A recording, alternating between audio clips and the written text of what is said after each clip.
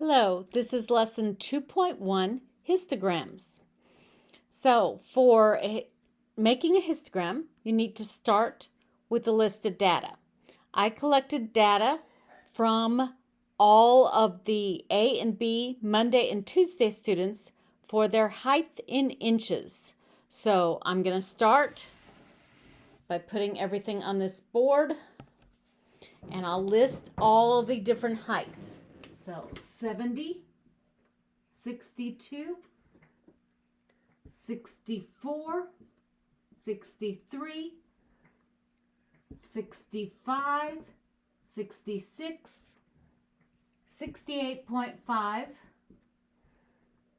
71, 74, 62, 70, 66, 68, 71.5, 68, and 66. And I had 16, so 1, 2, 3, 4, 5, 6, 7, 8, 9, 10, 11, 12, 13, 14, 15, 16. Okay, so you start with a list of data. That's what I have here. And the first thing they want is the class width. The class width, you actually get to pick a number between 5 and 15. So class width, always between 5 and 15. So we'll go with 5. And then your process is the biggest number minus the littlest number divided by this width. So we have to go through and find the biggest number, which just happens to be by the littlest number. There's two different, but there's 62. So 74 minus 62 divided by some number between 5 and 15, and I'm going to choose 15. This is our choice. And then we do the math. So 74 minus 62 is 12 divided by 5. Then you might need a calculator. 12 divided by 5 comes out 2.4. At this point, you always round up. In this case, we have 3. But even if that had come out a whole number, say it had just come out a solid 2, you would round up to 3. No matter what it is, you always round out. So then we do the class limits.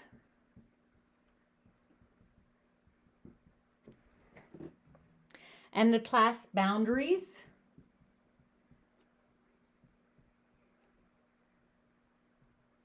Okay, class limits comes from this class width. We said 3. Our lowest number was 62.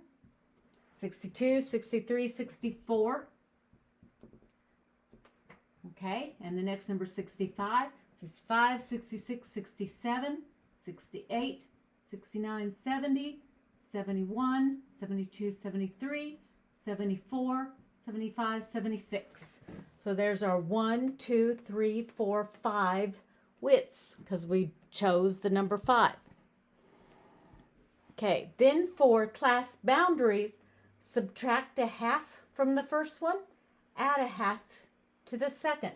So 62 minus a half is 61.5. 64 plus a half is 64.5. 65 minus a half, 64.5. Yes, so it should match. 67 plus a half, 68 minus a half, 70 plus a half.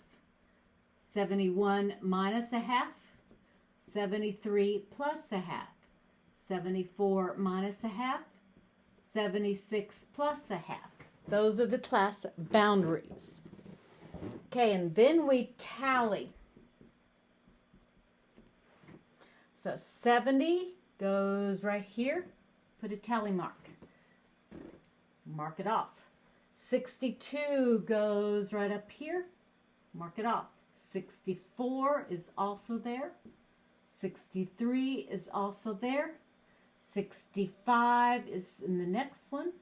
66, 68.5 is right here. 71, 74, 62, 70, 66, 68, 71.5, 68, and 66. Those are tallies. They always go straight until you get the fifth one, and then you keep on going like that. The next is frequency. Well, 4 of these, and 4 of these, and 5 of these, and 2 and 1. That's just adding them up. Frequency. Next column, or I'm going to put, is class midpoints. Averages. Halfway between 62 and 64 is 63.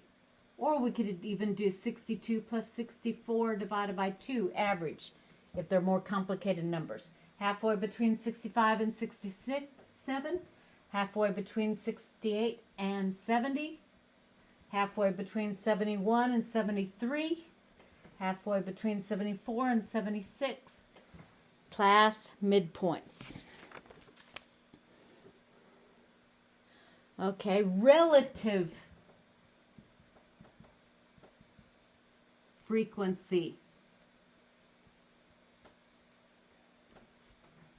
Okay, we had 4, that was a frequency, divided by 4, 8, plus 5, 13, 14, 15, 16. We divide by the 16. And 4 divided by the 16. 5 divided by the 16. 2 divided by the 16. And 1 divided by the 16. If you put those in a calculator, I'd suggest you round them. Like these come out 0.25. 5 over 16 is a longer decimal, so it's about 0.31. 2 divided by 16, about 0.13. And 1 divided by 16, 0.06. And all of those numbers should add up to 1. So you could double check that. Another term that they'll have you do a lot is called a cumulative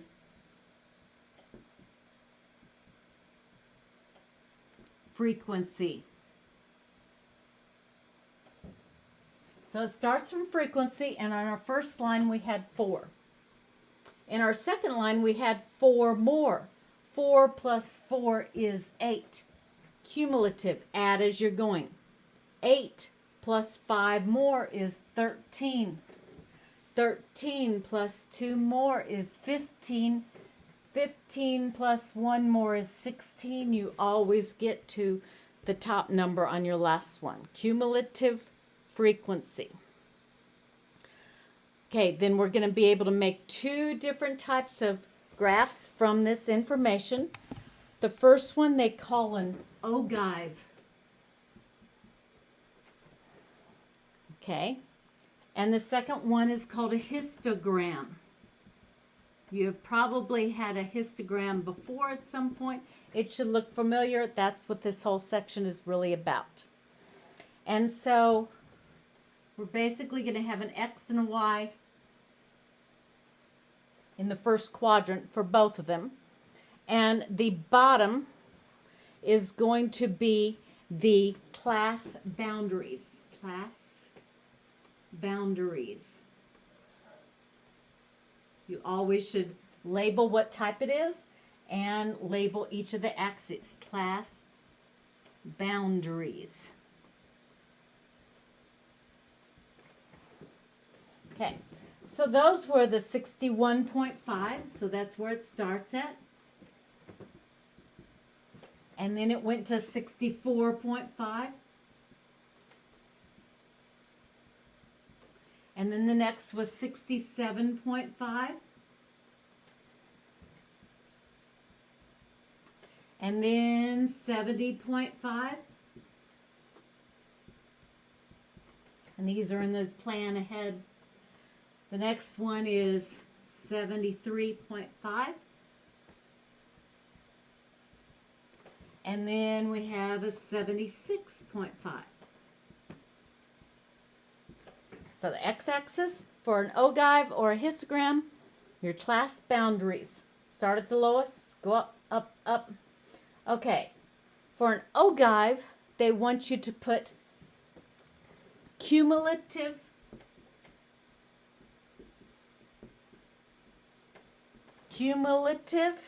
frequency. Here's our cumulative frequency.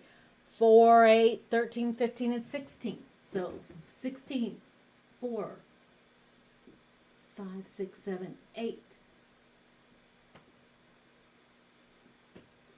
9, 10, 11, 12, 13, 14, 15, 16. So those were our important numbers, 4, 8, 13, 15, and 16.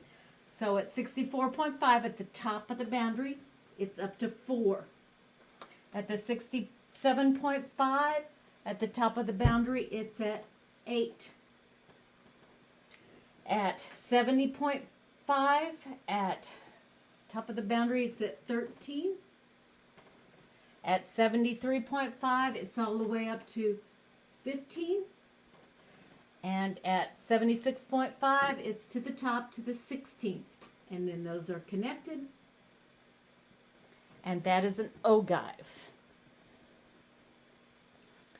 Histogram, instead of using the cumulative frequency, just wants to put the frequency.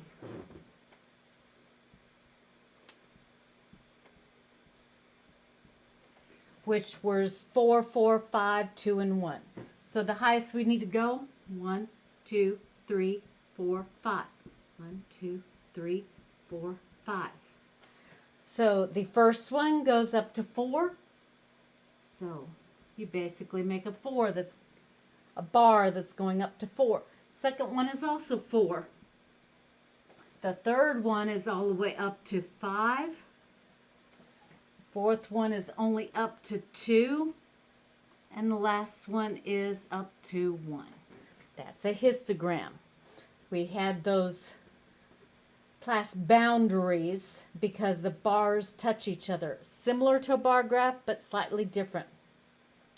They will also want you to analyze